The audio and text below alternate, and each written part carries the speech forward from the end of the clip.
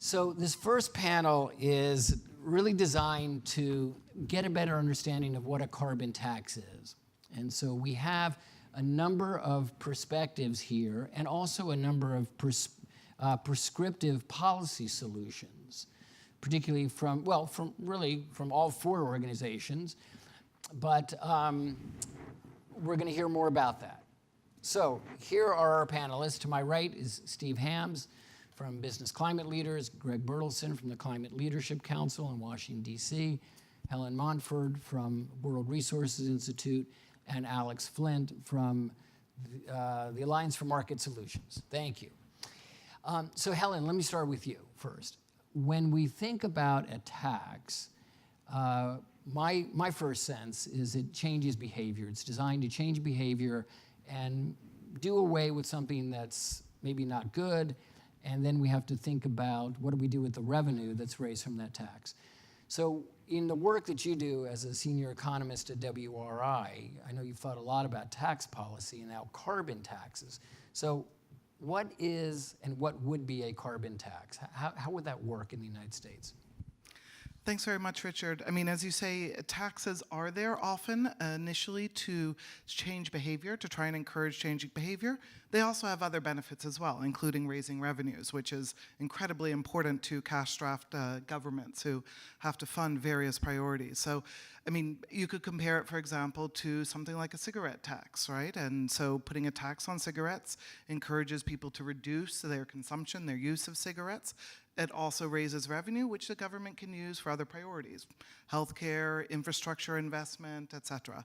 So carbon taxes are really similar, right? Putting a tax on the combustion of fossil fuels and the production of carbon. It's a pollutant to the economy, so this is something where you can internalize that cost. By putting that in place, you encourage companies, individuals, others to reduce their carbon emissions. You encourage them to shift away from high carbon activities, move towards ones which are more efficient, energy efficient, less polluting. From doing that, you're actually realizing incredible health benefits often because of the air pollution impacts we have with fossil fuel burning. But in addition, you're starting to raise revenues. And we've got some fantastic examples of where we're seeing carbon taxes and prices really raise revenues around the world. I think one of the differences with a carbon tax is that it's also a major incentive to innovate, right? The businesses, the consumers, the individuals, they carbon tax, a price on carbon, gives them the opportunity to reduce emissions however they see fit. Whatever works best for them, they're able to choose whatever technologies or approaches, depending what works best for them. And it provides them an incentive to find new technologies, new approaches, which can actually produce, for example, the same amount of steel or cement, but with less carbon emissions. So that innovation aspect is one of the ones that we really emphasize about carbon taxes. So would I, if I'm going to the store, notice this? Or how do I, as a citizen, as a consumer, pay this carbon tax? Or does this get placed on a finite number of large industrial polluters? Well, it really depends how you actually apply it in the economy and where it's applied. In most cases, what we've seen, countries or states or provinces tend to apply it upstream to the production of the emissions. So that might be, for example, in the energy sector or the electricity sector as you're actually consuming this. So then downstream, you might see a slight difference in prices, but perhaps not that much in most cases.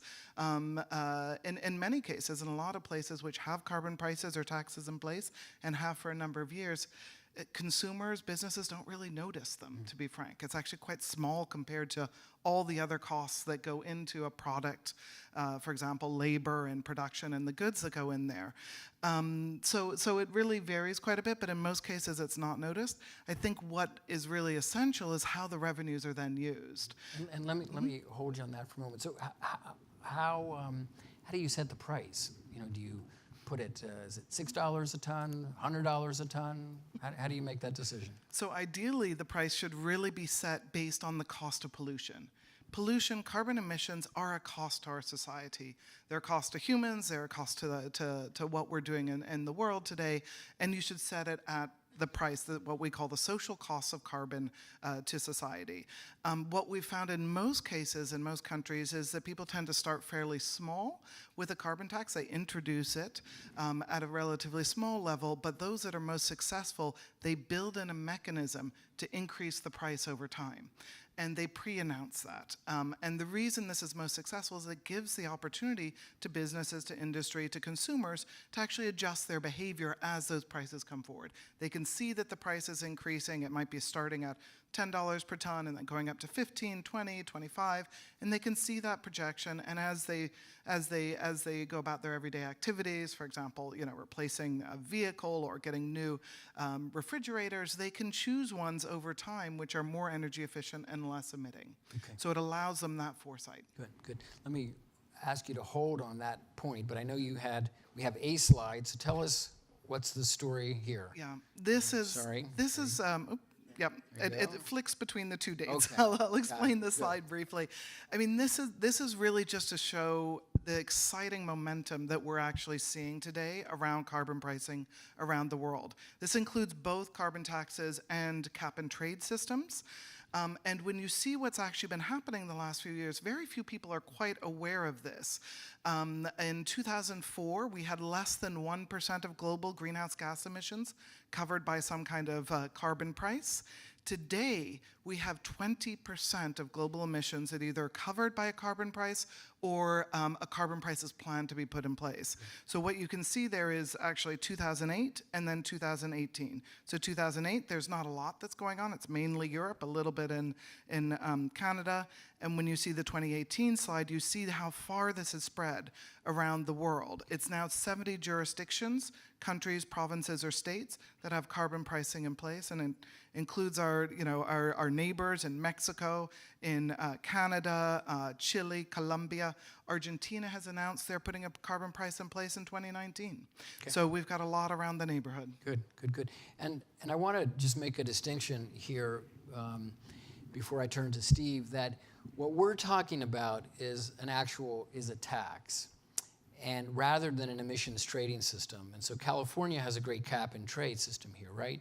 But today's conversation is not about emissions trading. It's really about a different fiscal policy. And so with that, and we'll come back, Helen, in a moment. But Steve, so with business climate leaders and citizens climate lobby, you have a particular prescriptive policy that's been crafted over a number of years. And tell us what's influenced the details. The details, yeah, thanks. Well, thanks. And Helen did such a terrific job of giving us an overview of the carbon pricing landscape, and I thought it would be useful to talk some specifics about the particular policy that CCL and our business climate leaders team advocate, and have been for many years. CCL has been around for 10 years, and this has been our singular focus for that period of time. So the keys to our proposal, there's 3 legs to the stool, if you will. The first is to place a fee on fossil fuels, and as Helen says, our proposal does so upstream, so it's at the well or at the mine or at the port, and it places a fee starting at $15 a ton, which is fairly low, keeps the shock to the economy low, and then increases every year by $10 a ton. That's a very important feature of the policy because it's a very clear signal to the economy, to businesses, that that's where we're headed. And as Helen mentioned, it's a real stimulus for innovation when you know that that's the direction that the economy is going. Second leg to the stool is what do we do with the revenue? Well, our belief is that the best use of the revenue is to return all of it to American households so that the government does not keep it. So what's the reasoning behind that? 2 major ones. First of all, it's economically stimulative when you put the money back in people's pockets because they spend it. And I'll show you the results of an economic study that that indicated what happens to the economy when this gets implemented. And then the other key aspect of that is that it's not, we like to say, if the government doesn't keep the money, it's not a tax. So what that means is that it can bring in people from across the political spectrum. There's many on the conservative side that really don't want to grow government. They don't like the idea of new taxes that are going into government programs. So those are the two key elements of why that's important. Thirdly, we have what we call a border carbon adjustment, and that keeps businesses whole, if you will, from competition from countries that don't have an equivalent carbon fee. So if they export to countries that don't have it, they get the fee reimbursed, and then products that come in from other countries that don't have it have to pay it at the border. So those are the three key elements.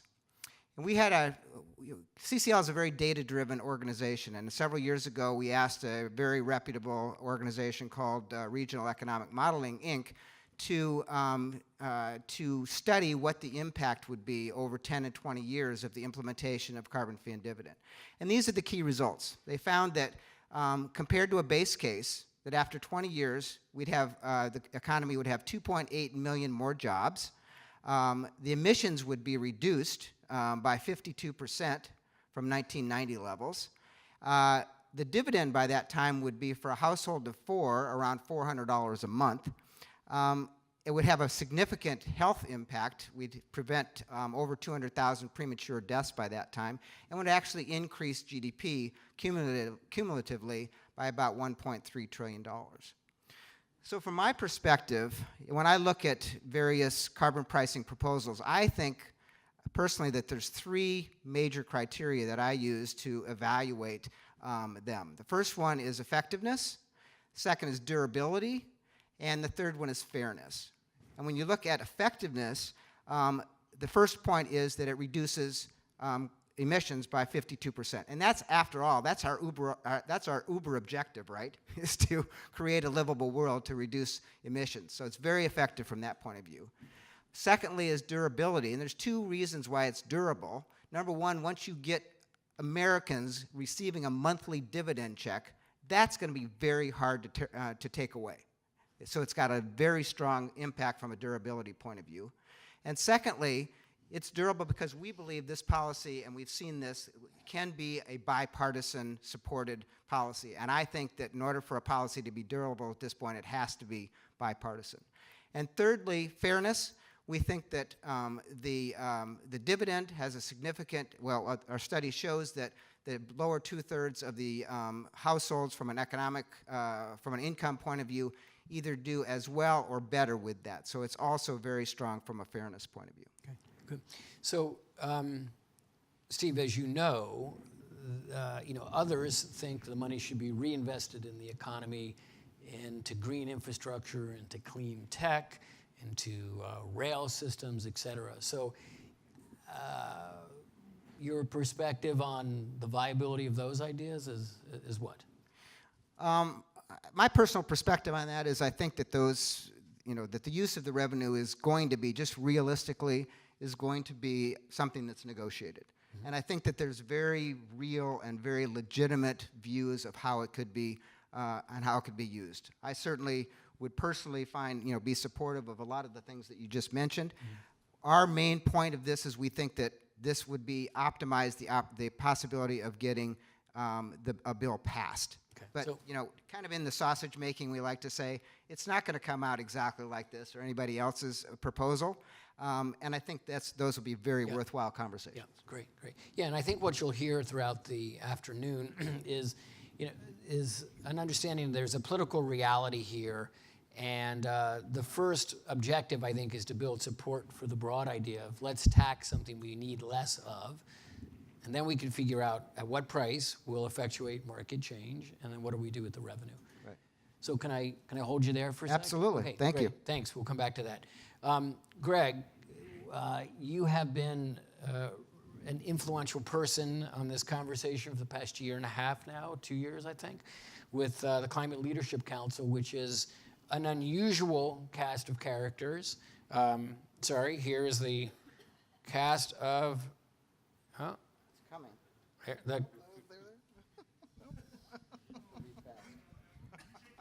Stop.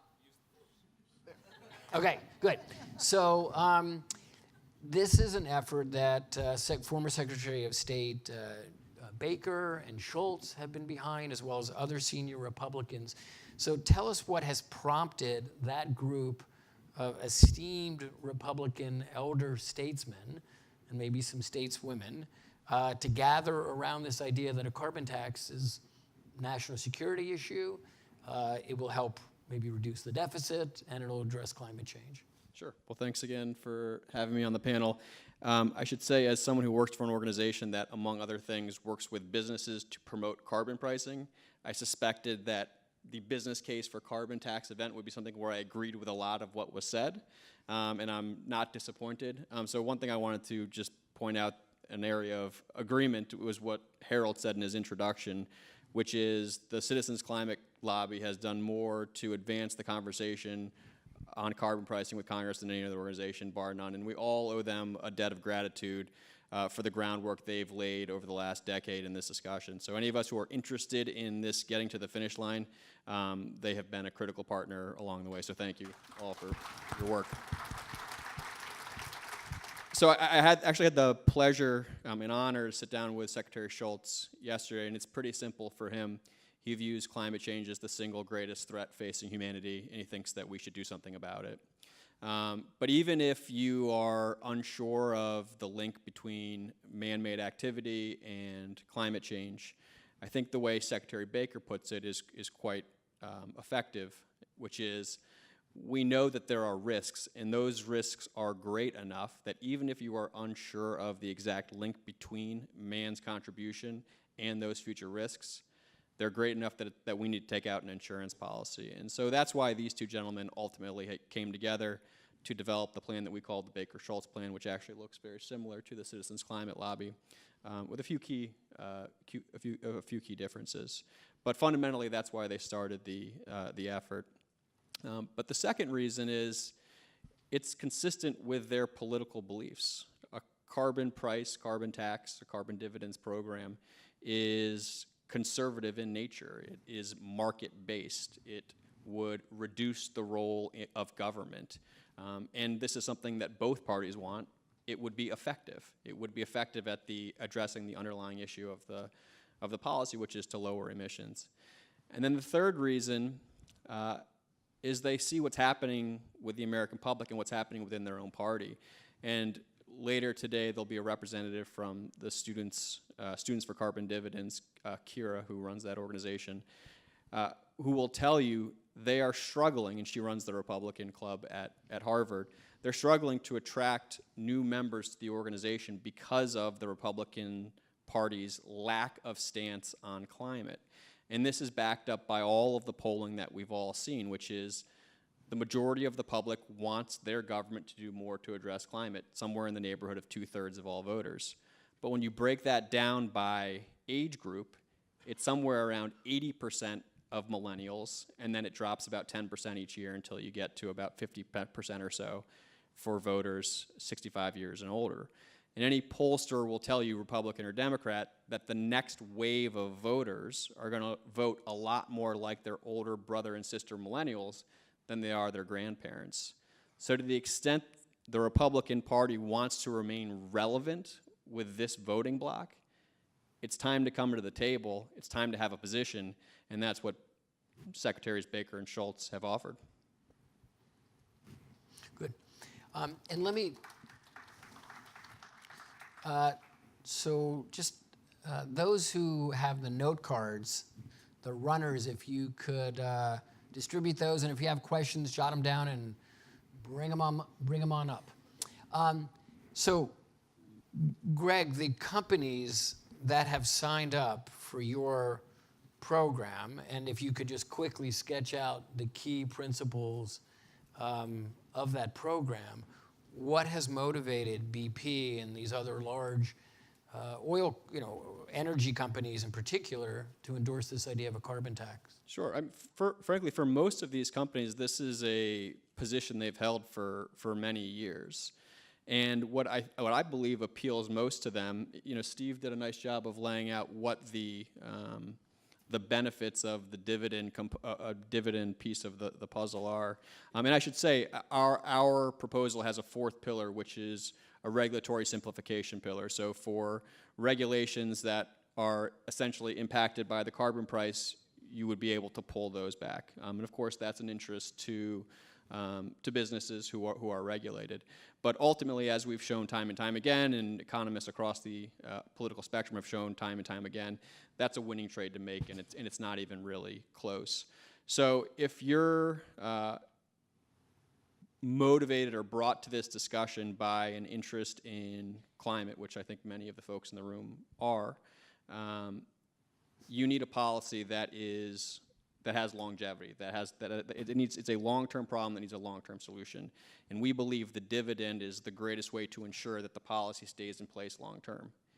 If you are brought to this discussion by an interest, at least to some degree, in creating some regulatory and policy certainty for your business, we believe the dividend provides the greatest possibility for that long-term certainty. Because if the policy does not stay in place, you don't get the long-term reductions, but you also don't get the long-term regulatory and policy certainty. So I think the combination of the four interconnected pillars that Baker and Schultz have proposed has been what's really brought the people to the brought these companies to this discussion. Good. Thank you, Greg. And we'll return to that. Let me turn to Alex. And if there are questions, I'd be happy to have them in my hand and sort through them now while we're. So, Alex, thank you. I know that you've thought about this. Also, thanks from a conservative perspective, and that when we were talking on the phone, you suggested that climate change is an environmental imperative. It's an imperative to deal with to preserve the planet's quality of life. But there's also a fiscal driver here. And you said that it's as important that a carbon tax would help address not only the environmental problem, but the country's fiscal challenges. So tell us about that. Yeah, so let me talk about this from a conservative perspective. So AMS is a group of Republican business leaders who believe we have to address climate change. So that's enough for the cocktail party reception this evening, right? But what we believe is that a carbon tax is the right way to achieve it because it reduces carbon pollution so much more efficiently than any other sort of regulation. There are a lot of conservative perspective on that. By the way, one of my board members who ran State Farm for 30 years has an op-ed in the New York Times today, an insurance executive's perspective on why we need a carbon tax for one of them. And so there's a whole set of justifications for a carbon tax on the climate side of the equation. But frankly, we think the fiscal issues are going to be an equal or greater driver for carbon tax policy. And I want to just give you some primers on some things. So first of all, the federal government collects about $4 trillion a year in taxes. It spends $5 trillion. That's why we have $1 trillion a year, a 20% deficit every year. We're at a $21 trillion debt. That is forecast to grow at least $1 trillion a year indefinitely. The first chart, we have 5 federal trust funds that go insolvent between 2025 and 2032. So you all know Social Security, but it's Social Security retirement plus Social Security disability. It's the Highway Trust Fund, it's the Multi-Employer Pension Insurance Fund, and it's Medicare. All go insolvent in that period of time. Also, by the way, 2025 is the year in which the current lower personal income tax rates expire. So income tax rates will go up in that period of time. And just for, when I talk to Republican policymakers, sometimes billions and trillions get confused. So let me show you the next slide very quickly. Well, it's true. It really is interesting. So this is a chart because I think, so a reasonable carbon tax raises between $1 and $2 trillion over 10 years. And that's the window that Congress keeps track of, 10-year tax figures. So what I did was I went to the Joint Tax Committee and I took the list of all of the potential tax revenue raisers over 10 years that raise more than $1 trillion. So when you think about the politics associated with the carbon tax, compare it to the politics. I'm going to start at the bottom of the chart. It's more money than getting rid of the home interest mortgage deduction. It raises more money than getting rid of the state and local income tax deduction. It gets rid of more, it raises more money than getting rid of the capital gains tax rate. So when people tell you the politics of a carbon tax are complex, think about the fiscal environment where we have these real fiscal challenges coming towards us. The potential to raise revenue to make it possible to avoid other tax increases, the possibility of maintaining the tax rates as they currently are, paying to make the tax cuts permanent, et cetera. Our contention is that a carbon tax, which is the right policy to address climate change, needs to also be considered as a fiscal policy issue. And because of some of the dates we have coming up, those are going to be more powerful drivers for implementing a carbon tax than the climate justification, even though the climate justification is as strong as it is. And so what that tells us from a tactical perspective is when we go to Capitol Hill, we don't tell policymakers what to do with the carbon tax revenues. We don't propose that they use it for anything particular.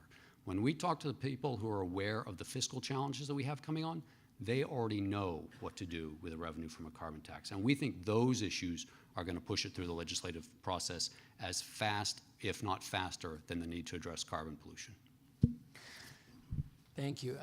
I'm glad to see this audience has no interest in this topic at all.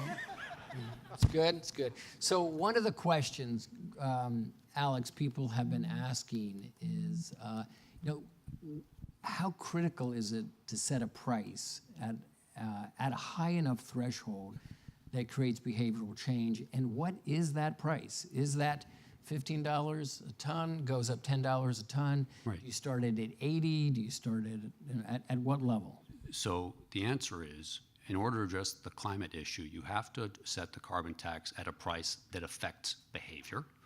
That price is fairly significant. I think reasonable people suggest $25+ going up over time. I will tell you that the modeling that we do says that that price varies depending upon the rate of growth in the economy in the United States and around the world, so there's a lot of variations. But a reasonable carbon tax, for example, the modelers that we use generally plug in somewhere between $25 and $50 a ton. I think what's more complex actually is, will policymakers want to impose the same cost across all sectors in the economy? What are they going to do in utilities? What are they going to do in transportation? What are they going to do in airlines and manufacturing and other things? How are they going to deal with the border issues that arise? And so our view is it's got to be a legitimate price so that it sends a signal to the market, and the policymakers are going to figure out the details of exactly what that is. Okay, yeah.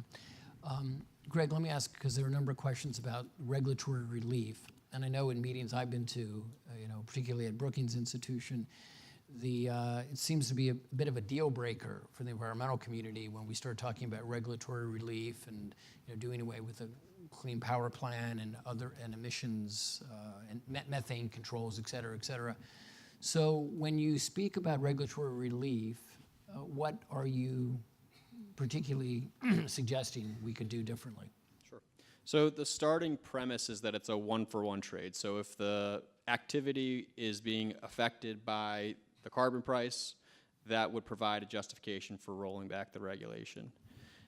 So for example, in the Baker-Schultz proposal, the tax applies to carbon emissions, does not, at least in its current form, apply to methane emissions. So we would not, in that situation, propose rolling back the methane regulations.